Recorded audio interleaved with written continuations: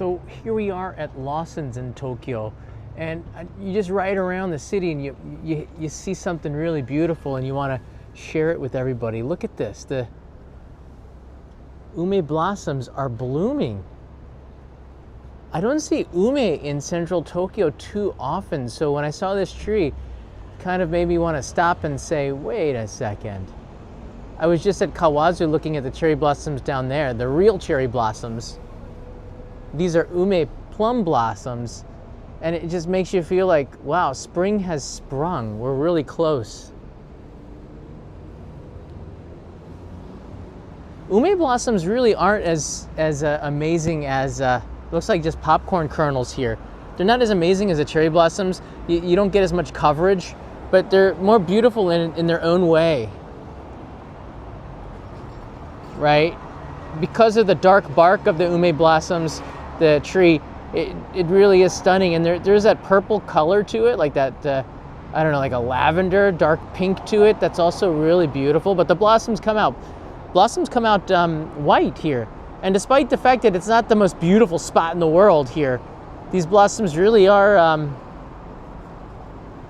nice. I mean, it looks like it's right on the side where they put all the cardboard boxes here at Lawson's, right? It's not exactly the most beautiful spot, but it's funny to find it here because it just changes the feeling that you get. It's like, wow, wait a second, this isn't just a back alley. This is a beautiful alley because it has an ume plum blossom there. Now the plum blossoms typically will bloom before the Some Yoshino. Everyone asks me, when's the best time to come to Japan to see the blossoms? It depends where you are, because the country has different weather from Hokkaido to Kyushu, and it also has different times that the varieties bloom. I took you just a few days ago to one of the most beautiful places in the entire country, Kawazu in Shizuoka Prefecture on Izu Peninsula. It's about 3 hours away from the city of Tokyo, and we found that they're at 100%, the cherry blossoms, sakura, the Kawazu variety, are at 100% bloom right now down there. It is absolutely stunning. On the weekdays, not as many people. This weekend's gonna be crazy. This weekend right now, it's gotta be crazy down there because it's at full bloom, which is just stunning here. If you haven't seen that live stream, go take a look at it. I took you on this channel a few years ago. I think it's like standard definition, to the Mito Plum Blossom Garden. This is one of the 3 most beautiful gardens in all of Japan. The plum blossoms here are the best. They're so famous. See, I'm just skipping through the video a little bit. But Leo and I, this is during the pandemic. You can see we had to have our masks on inside there. It's a very, very big place. It's just like almost all plum blossoms here, spread out. This is one of the imperial gardens for the imperial family. But anybody can go in there. I used to live in Mito and I would stroll through here quite a bit. I think that discounts for Mito residents, to be honest with you. But this right now, this time is the best time to be in Mito, to go visit this particular garden, one of the 3. I think this is Kenrakuen or Korakuen. This is the best time here. It's looking really nice here, right? If you go to Fuji Yoshida, this is what it's going to look like in a couple of weeks with the different varieties of cherry blossoms. But there is no one type of cherry blossom that defines Japan except for the Some Yoshino, which is what your image is, the white blossoms that look like snow has fallen. But right now, like, I'm really admiring the ume blossoms here. So you could take a stop, like I'm riding my bicycle and I took a stop here and I said, I gotta share this tree with you. They've kind of like roped it off. Look, it's like roped off. I guess they're protecting the tree. I don't know. I'm respecting it. I was in the corner there, but it's funny. So in about I'd say 4 or 5 days, it's going to be really beautiful. It's actually really nice right now, and it's such a promising sign because the winters are so, well, they're not that harsh in Tokyo if you compare them to Canada or you know, North USA, Maine or Vermont or something like that. Those are really cold weather there, but it just feels like we're out of the worst of it. And when everything just seems like really challenging right now, if you're watching the news and stuff, this is one moment where you can stop and, hey, you know what? Life's pretty good. Life is pretty good because you got Lawson's right there, and you got plum blossoms right there. What could be better than that, right? Ooh, look at that up there. That is really pretty. Actually, that's a nice shot right there. I did go inside of the Lawson's, and the cool thing with the convenience stores, I didn't get this. I almost did. Do you guys know what this is? This is a weird, wacky mapo tofu drink. Like, I tried the, they had natto, a natto drink, which was just rancid. Now they have mapo tofu drink. It's just weird. Lawson's, I like what you're doing. You're just weird. So I might go actually try this one. I love mapo tofu. It's like it's a Sichuan Chinese dish, which is so good. It's famous here. But this is drinkable mapo tofu, which is like, what's the point? But then again, why not just, you know, get a little silly here? So that they have that in there, which I thought was really cool. But if you go inside there, you notice that at this time of year, there's a lot of pink stuff that comes out for the cherry blossoms. They have a Ringo apple, melon pan right there. A lot of pink drinks as well start to come out. It's everything is green and pink right now inside the stores. I like the poke is quite famous, the green tea poke, but now they have the topo, which is, I like that's better than the poke, where they put the green chocolate inside of the sticks. That's a little bit better for me. I prefer the topo to the poke. So I bought a bunch of them for my Patreon Daimyo supporters. Thanks, guys.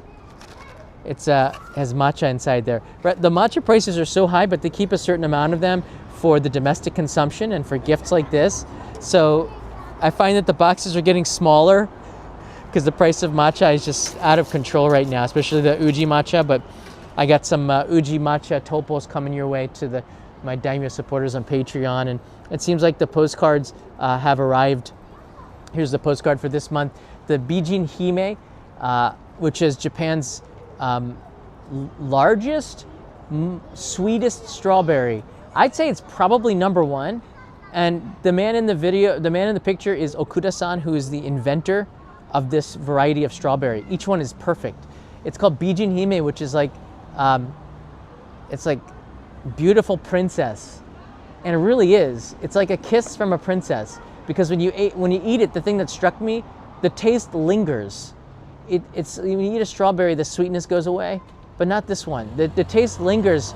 So after you've swallowed it, you still got that glow. Maybe that's why he called it the beautiful princess, the Bijin Hime. But that's this month's postcard.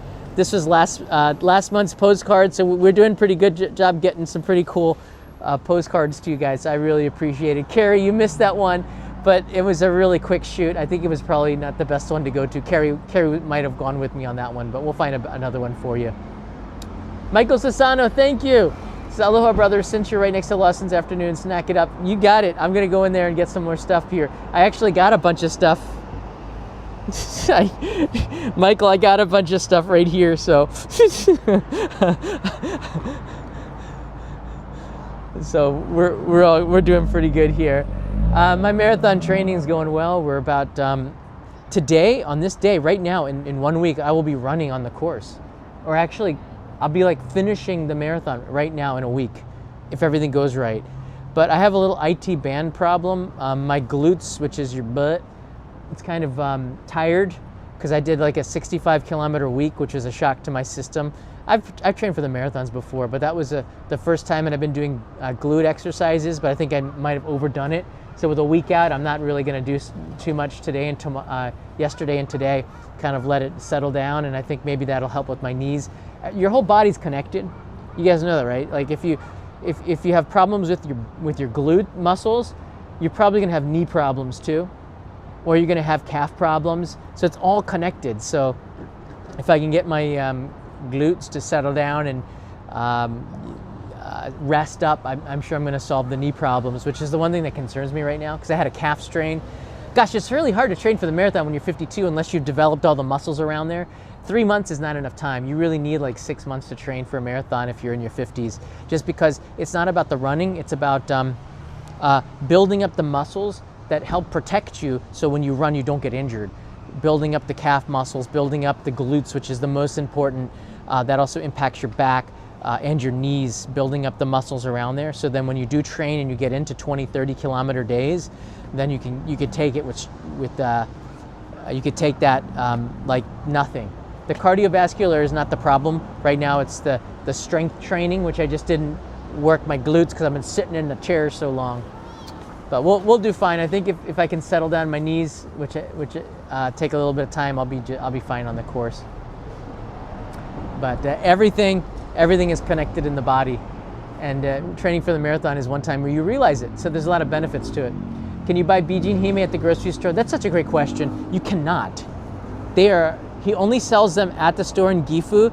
He used to sell them at Isetan in Shinjuku because that's where all the expensive fruits are. You can only get it online now. You can only get it online. I don't know if I want to show this. Hold on, maybe I can show it to you really quickly. I can pull this up here. Is this in the store?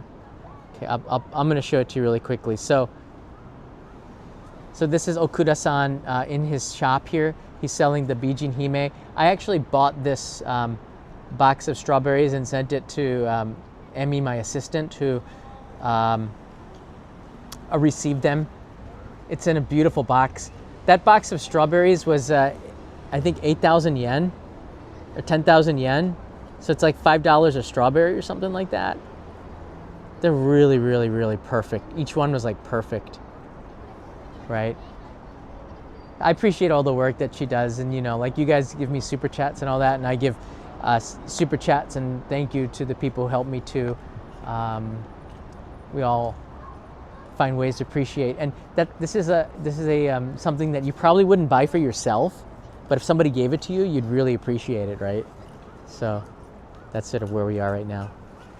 I didn't want to talk too much about this. It's just kind of a life update and just a stop and enjoy the plum blossoms in front of a Lawson's. It's just kind of cool to see that and enjoy the warm weather. Yesterday it was about, I think, like 68, 70 degrees it felt like in Tokyo, Fahrenheit. It was like, what was it, like 16, 17, 18 degrees Celsius. It's crazy warm for February.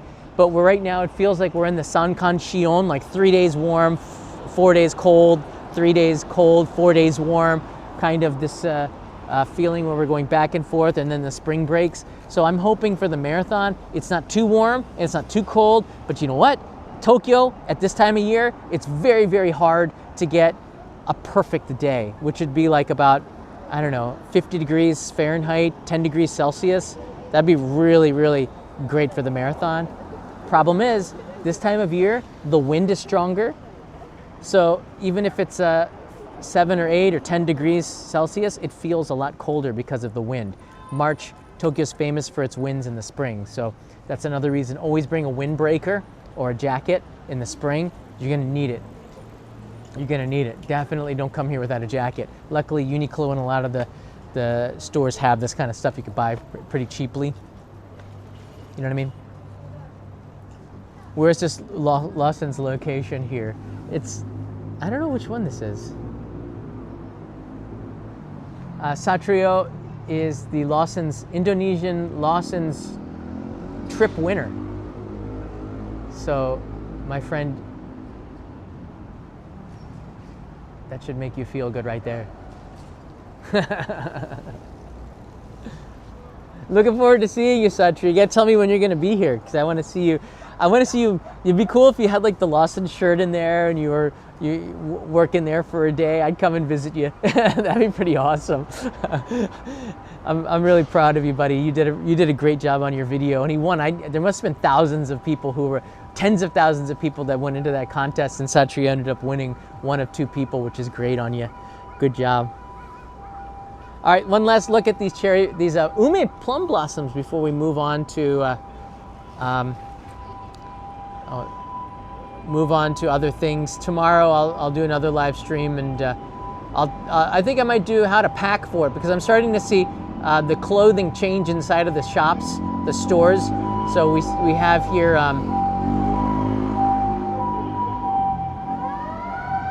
there's a lot of action around here. So we'll talk about that, how to dress and pack for spring in Tokyo. All right, guys, take care. Thanks for joining me just a little bit here in Japan, but it's always nice to see. Wow, Lawson's has gachapon. What? I just noticed that. Really? There's gachapon everywhere. They have a pandorobo. There's some good stuff in there. Guys checking it out right now. All right, thank you again, Michael, for the super chat. I'll come home with something nice for the family. I really appreciate it, guys, and I'll see you again in another live stream. Probably tomorrow. I gotta do a midnight snack run, but maybe after the marathon, I'm not sure. I can't believe in a week I'll be done with the Tokyo Marathon. All fingers crossed that I don't get injured. By the way, if you are watching the Tokyo Marathon, please get in touch with me because I would love to give you the tracking information so you could catch up with me on the course or know where I am. You could say hi or maybe do a meetup after the race where I get a chance to say hi to everybody or before it. I don't know. But I'll be giving a speech for Pocari Sweat and ASICS Japan on the 27th about conditioning and all that stuff, and should be a lot of fun. I like giving public talks and public speeches, but that should be all good. I already wrote out the script and everything for that and the deck, so I'm ready to go. All right, guys, take care. I'll see you again tomorrow. Mata ne. Stay warm or stay cool. This weather is just like absolutely perfect today.